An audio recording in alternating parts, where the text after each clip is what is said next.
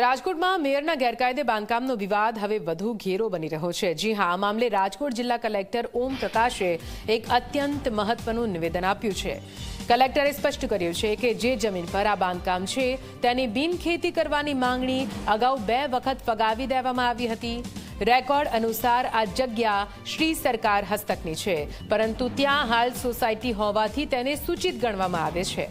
કલેક્ટરે ઉમેર્યું હતું કે સરકારના પ્રવર્તમાન નિયમો અનુસાર સૂચિત સોસાયટીને રેગ્યુલરાઇઝ કરી શકાય તેવી જોગવાઈ છે, પરંતુ આશ્ચર્યની વાત એ છે કે આ સોસાયટીને ગેરકાયદેસર કરવા માટે અત્યાર સુધી તંત્ર પાસે કોઈ પણ પ્રકારની અરજી નથી આવી। રાજકોટના મેયરના ગેરકાયદે બાંધકામ મુદ્દે કલેક્ટરનો મોટો ધડાકો।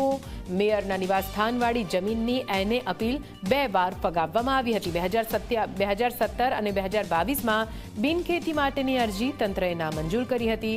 જે જમીન પર સોસાયટી છે તે કાગળ પર શ્રી સરકાર છે। સૂચિત સોસાયટીને કાયદેસર કરવા માટે અત્યાર સુધી કોઈ જ અરજી નથી કરવામાં આવી। સરકારના નિયમ મુજબ રેગ્યુલરાઇઝ થઈ શકે છે, પણ પ્રક્રિયા બાકી હોવાનું કહેવામાં આવી રહ્યું છે।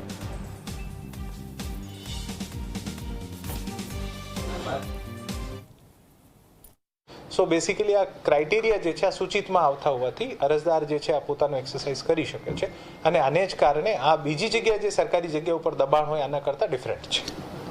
આમાં શ્રી સરકાર થઈ ગઈ છે તો પાછી તમને નામે થઈ શકે ખરા? કારણ કે સરકારી ચોપડે શ્રી સરકાર થઈ ગઈ છે। સંભાવનાઓમાં કોઈ દિવસે હું આપની સંભાવના ઉપર ટિપ્પણી નહીં કરી શકું, પણ એકચ્યુઅલી આ એક અપીલનો મેટર છે। આ લોકો અપીલ કરે અને અપીલ કર્યા પછી જે પણ આનો નિર્ણય આવે છે, અને અપીલમાં શું નિર્ણય આવી શકે અને અગાઉમાં કોઈ નહીં કરે। અપીલ તેની ફગાવી દેવામાં આની અપીલ જે છે આ એને માટે કરવામાં આવે છે, અને એનેની જે નહીં થયો હોય આને માટે અપીલ ફગામ જે આને સરકાર દખલ કરી છે।